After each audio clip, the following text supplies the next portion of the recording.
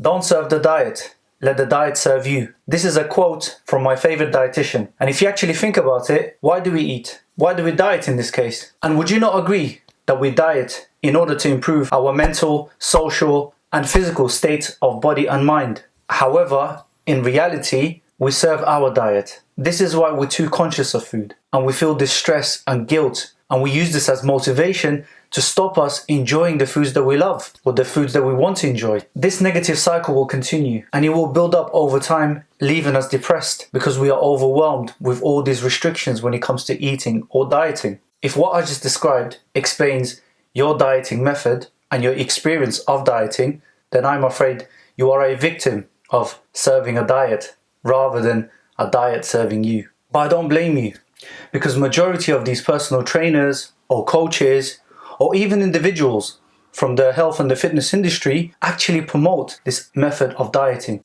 where you are restricted to certain types of food or certain amount of calories because you are told to calorie count and calorie calculate. But the reality is, when this is not done correctly, it damages your metabolism and it also creates a hormone imbalance. I'll be explaining the damages of this in the future videos. But for now, I want to highlight how these very same people who we listen to, who we take recommendations from, who we take information from, and how these people pushes us towards a diet method where your diet completely takes control of your mind.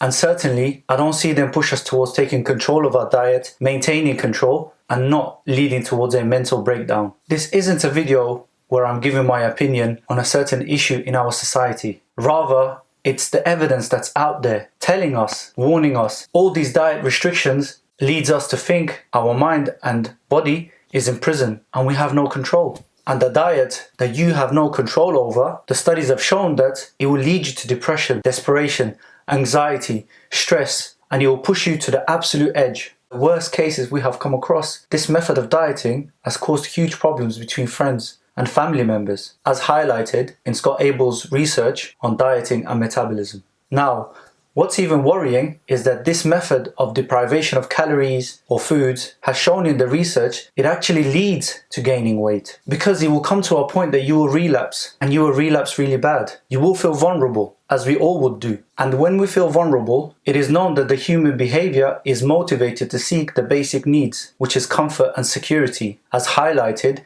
in Maslow's hierarchy of needs. Now this is all starting to connect and make sense. And think about it. As part of having that comfort and security, food plays a major role. And if you think about it, comfort foods, what do they have in common? It's high level of sugar and fats. And what is known is that sugar and fats are quite addictive. And these are the types of food we turn to when we are vulnerable. The sad part is that we turn to these foods aiming to gain that happiness, security and comfort. And what's frustrating is that the brands out there, they know this. They study the human behavior. Hence why these foods, these comfort foods, have high levels of sugar and fats. And they make it look attractive on the shelves with different wild colors. And on top of that, they advertise it to make it look the best or taste the best. Clearly, this is a marketing strategy to make us buy more and more of it. Don't these foods only make you feel happy and good, only for a very short space of time? This sort of happiness is short experience, and we know that. And this is not something we're after, because after consuming all these comfort foods, we feel guilty. But as it's short experience, we want it to last longer. So what do? We tend to look for the easiest and quickest option. And that's what?